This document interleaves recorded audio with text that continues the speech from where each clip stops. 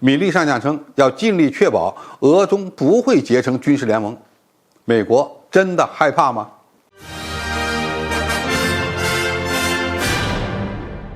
观众朋友，大家好，我是付延绍。虽然中国与俄罗斯一再表示不会达成军事联盟，双方发展军事合作也不针对第三方，但是关于中俄可能军事结盟的问题，一直让西方国家感到忌惮。近日，美国最高军事将领、参谋长联席会议主席马克·米利上将在接受《外交事务》杂志采访时说，中国与俄罗斯军事结盟不符合美国的利益，美国将会尽其所能确保这不会发生。米利指出，与美苏对峙的冷战时期不同，世界上如今有美国、中国、俄罗斯三个大国，三国都有巨大的人口、经济和军事潜力，也都有庞大的核武库。三级世界比两级世界更复杂，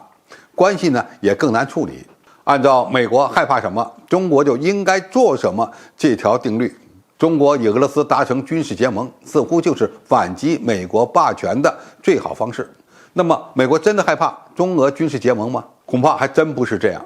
因为仅从军事较量的角度来看，中俄军事结盟的确会给美国的军事安全构成巨大的压力。这从米利将军的角度来看，当然是不符合美国利益的。但是如果站在拜登政府的角度来看，这似乎又是美国所需要的。首先，当前的全球竞争本质上是以中美战略竞争为主，而且竞争的核心是经济发展和科技实力的竞争，而不是军事竞争。对中国来说，当前最大的战略利益就是继续成为世界上最大的贸易国，发展本国的经济，而不是与美国展开军事对抗，或者是加入任何军事集团。你也可以理解为，当今世界的发展主流仍然是经济发展，而不是军事对抗。所以中俄军事结盟几乎就是一个伪命题。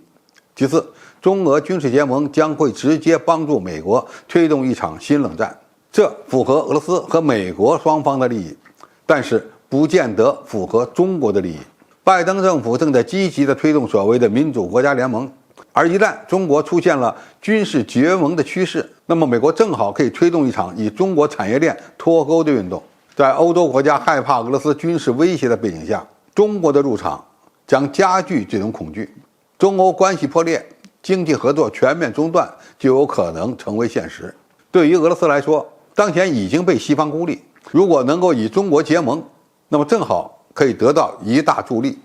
所以中俄军事结盟的唯一受害者是中国，而同时受益的是美国和俄罗斯。最后，中俄军事结盟对中国的安全并不会带来直接的帮助。俄罗斯军队的常规作战力量已经严重衰落，仅仅依靠核武器撑起军事超级大国的门面，而核武器又是一种在绝大多数情况下都无法使用的武器。中国完全可以依赖自己的力量来发展出与国力相匹配的战略核力量，所以在这方面也不需要俄罗斯的帮助。而俄罗斯要想发展出一支具有适应现代战争样式的常规作战力量，就需要花费巨额的军费，这是俄罗斯当前的国力所无法承受的。